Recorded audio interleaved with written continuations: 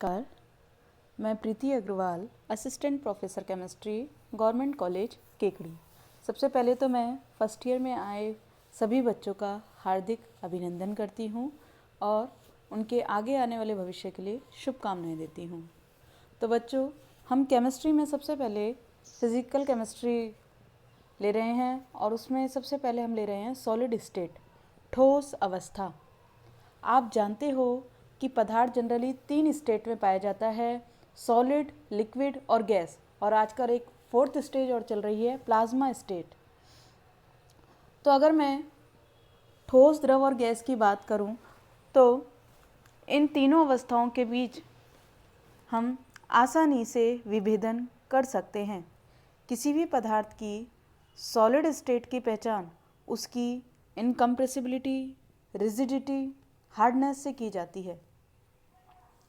अगर हम ठोस का द्रव तथा गैस से तुलनात्मक अध्ययन पढ़ें तो हम जानते हैं कि ठोस अवस्था में पदार्थ के अवयवी कणों के बीच इंटर मॉलिक्यूलर डिस्टेंस सबसे कम होती है। द्रव और गैस में इंटरमॉलिक्यूलर डिस्टेंस का मान ठोस की तुलना में काफ़ी अधिक होता है।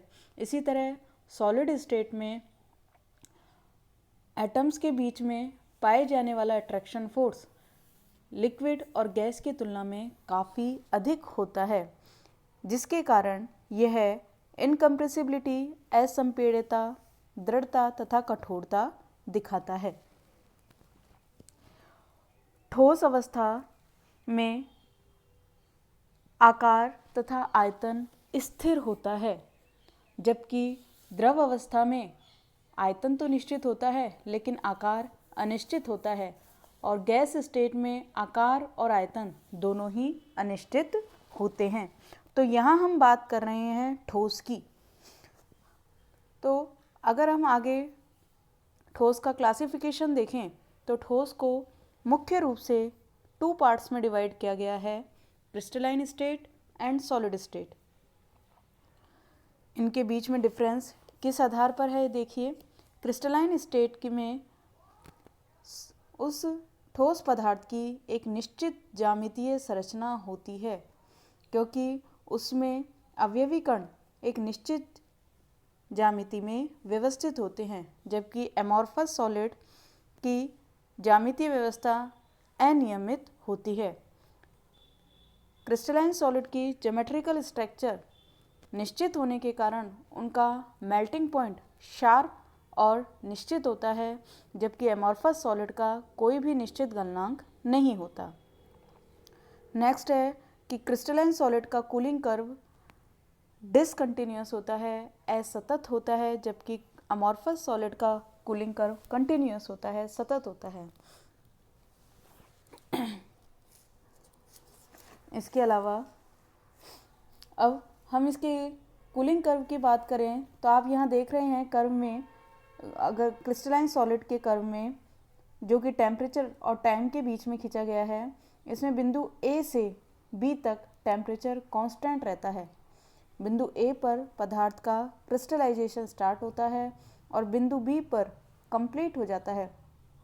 कूलिंग प्रोसेस में होने वाली ऊष्मा की कमी पदार्थ के क्रिस्टलाइजेशन में निकलने वाली हीट से बैलेंस हो जाती है, जिसके कारण टेम्परेचर में किसी तरह का कोई चेंज नहीं आता और हमें एक हॉरिजॉन्टल लाइन मिलती है ए बी। दूसरे शब्दों में कहें तो पॉइंट बी पर पदार्थ का गलना प्रारंभ होता है तथा बिंदु ए पर गलने की प्रक्रिया पूर्ण हो जाती है, तथा बिंदु बी या ए पर जो टेम्परेचर हमें प्राप्त होता है वह उस सॉलिड का मेल्टिंग पॉइंट कहलाता है। चूँकि नॉन क्रिस्टलाइन पदार्थ का कूलिंग कर्व कंटिन्यूअस है, तो हम कह सकते हैं कि इन पदार्थों में क्रिस्टलाइजेशन की कोई भी प्रक्रिया नहीं होती है। उसके बाद इसमें नेक्स्ट डिफरेंस देखें तो क्रिस्टलाइन सॉलिड अनाइसोट्रॉपिक प्रॉपर्टी शो करते हैं। अनाइसोट्रॉपिक से मतलब है इनकी निश्चित ज्यामितीय होने के कारण यदि उनके कुछ भौतिक गुण जैसे विद्युत चालकता, यांत्रिक सामर्थ्य, कठोरता, तनन को यदि हम अलग अलग दिशा से नापें तो इनके मान अलग अलग प्राप्त होते हैं। ठोसों के इस गुण को कहा जाता है अनाइसोट्रॉपिक विषमदैशिकता का गुण, और इसका कारण है क्रिस्टलीय पदार्थ में अवयवी कणों की निश्चित व्यवस्था। उसी तरह नॉन क्रिस्टलाइन सॉलिड में यदि हम देखें तो ये आइसोट्रॉपी का गुण प्रदर्शित करते हैं, क्योंकि इनके कणों की निश्चित ज्यामिति नहीं होती। तो जब हम डिफरेंट डायरेक्शन से भौतिक गुणों को मापते हैं तो प्रत्येक डायरेक्शन में इनका मान समान प्राप्त होता है। तो हम कह सकते हैं कि क्रिस्टलाइन सॉलिड अनाइसोट्रॉपिक होते हैं, जबकि अमॉर्फस सॉलिड आइसोट्रॉपिक का गुण प्रदर्शित करते हैं। निश्चित ज्यामितीय व्यवस्था होने के कारण क्रिस्टलाइन सॉलिड को वास्तविक ठोस कहा जाता है, जबकि amorphous solid super cooled liquid कहलाते हैं। एग्जाम्पल जैसे sodium chloride, potassium chloride, sodium sulphate आदि। इसी तरह अमॉर्फस सॉलिड में ग्लास, पॉलीमर, रेजिन। पॉलीमर का विशेष ध्यान रखना, जितने भी भूलक हैं वो सभी एमॉर्फस सॉलिड कहलाते हैं। उसके बाद नेक्स्ट पॉइंट आता है पॉलीक्रिस्टलाइन सॉलिड और माइक्रोक्रिस्टलाइन सॉलिड। क्या है ये? कुछ ठोस पदार्थ चूर्ण या पिंडों के रूप में रहते हैं, लेकिन उनका व्यवहार अगर हम संपूर्ण उस ठोस पदार्थ का अध्ययन करें तो एक नॉन क्रिस्टलाइन पदार्थ के समान होता है। और जब उस नॉन क्रिस्टलाइन पदार्थ के एक स्पेसिफिक पार्टिकल को यदि हम देखें तो उसके गुण एक क्रिस्टलाइन सॉलिड के समान होते हैं, या कहें उस पार्टिकल के एक निश्चित ज्योमेट्रिकल शेप होती है जिसके कारण ये क्रिस्टलाइन सॉलिड कहलाते हैं। ये पार्टिकल दिखने में इतने छोटे होते हैं कि ये क्रिस्टलाइन नहीं दिखाई देते हैं, इन्हें केवल हम माइक्रोस्कोप द्वारा ही देख सकते हैं। ऐसे सॉलिड्स को कहा जाता है माइक्रोक्रिस्टलाइन या पॉलीक्रिस्टलाइन सॉलिड। पिंड या चूर्ण के रूप में छोटे छोटे क्रिस्टल अव्यवस्थित रूप से कलेक्ट रहते हैं, इसी कारण पिंड या चूर्ण के रूप में ये आइसोट्रॉपिज्म शो करते हैं। तो ये बात हुई पॉलीक्रिस्टलाइन सॉलिड की। उसके बाद नेक्स्ट टॉपिक है हमारा क्रिस्टलाइन स्ट्रक्चर। किसी भी पदार्थ के जब आप क्रिस्टल की स्टडी करें तो सबसे इजी वे है या तो आप एक चौक का डिब्बा हाथ में लें या कमरे को इमेजिन करें। वह पूरा कमरा या पूरा चौक का डिब्बा एक कला में जो बार बार रिपीट हो रहा है उससे जो संपूर्ण ज्योमेट्री बनती है उसको हम कहते हैं क्रिस्टल। वह पिंड जो निश्चित ज्योमेट्रिकल शेप के लिए आवश्यक समतल पृष्ठों से घिरा हुआ रहता है, जिससे उन अवयवी कणों की आंतरिक व्यवस्था स्पष्ट होती है, उसे कहते हैं क्रिस्टल। दूसरा, वे पृष्ठ जिनसे वह क्रिस्टल बंधा हुआ है उसको कहा जाता है फेस। तो अगर मैं फेस की बात करूं तो किसी भी क्रिस्टल में टोटल 6 फेस होते हैं, 6 फलक होते हैं। आप अगर देखें कमरे में दाएं बाएं, ऊपर नीचे, आगे पीछे 6 फलकों से वह कमरा घिरा हुआ रहता है। तीसरी टर्म है एज, किनारा। जिस रेखा पर 2 फलक मिलते हैं उनसे बनता है किनारा, या कहें 2 फलकों के मिलने से एक किनारे का निर्माण होता है। तो अगर आप देखें तो आपके कमरे में टोटल आपको किनारे मिलेंगे 12, 4 खड़े हुए, 4 ऊपर और 4 नीचे। इसी तरह नेक्स्ट टर्म है इंटरफेशियल एंगल। 2 फलकों के बीच बना कोण क्या कहलाता है? अंतराफलक कोण। नेक्स्ट घन कोण, सॉलिड एंगल। वह कोण जिस पर 2 से अधिक फलक एक दूसरे को काटते हैं उसे कहा जाता है सॉलिड एंगल। किसी क्रिस्टल में धन कोणों की संख्या को हम A से रिप्रेजेंट करते हैं, और A बराबर होगा E+2 माइनस F। तो यहाँ E आपके किनारों की संख्या को बता रहा है और F बताता है फलकों की संख्या को। इसी तरह अब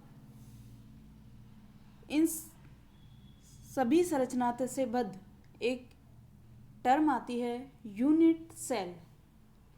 तो वह इकाई जिसके त्रिविम में बार बार पुनरावृत्ति करने पर क्रिस्टल की एक हमें संपूर्ण संरचना प्राप्त होती है, उस इकाई को कहते हैं हम यूनिट सेल। और प्राप्त संरचना कहलाती है स्पेस लैटिसी। अब एकक कोशिका के आधार पर जालकों को मुख्य रूप से 4 भागों में बांटते हैं। पहला सिंपल लैटिसी।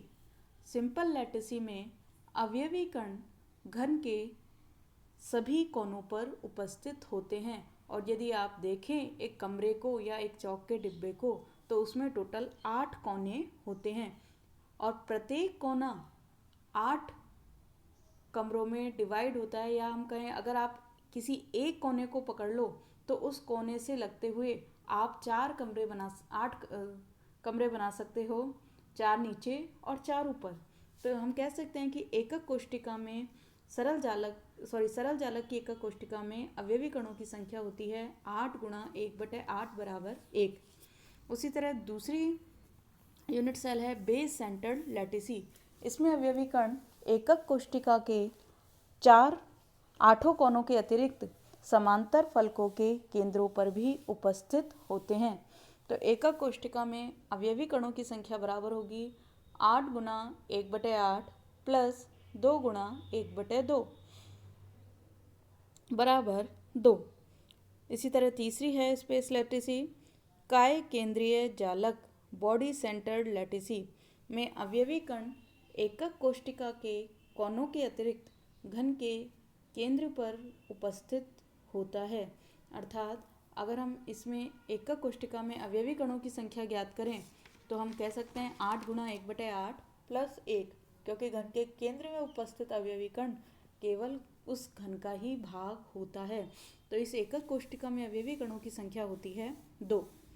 उसी तरह लास्ट है फलक केंद्रीय जालक, जिसमें अवयवी कण घन के कोनों के साथ साथ घन के फलक के केंद्र पर भी उपस्थित होते हैं और प्रत्येक फलक 2 घनों के बीच कॉमन रहता है।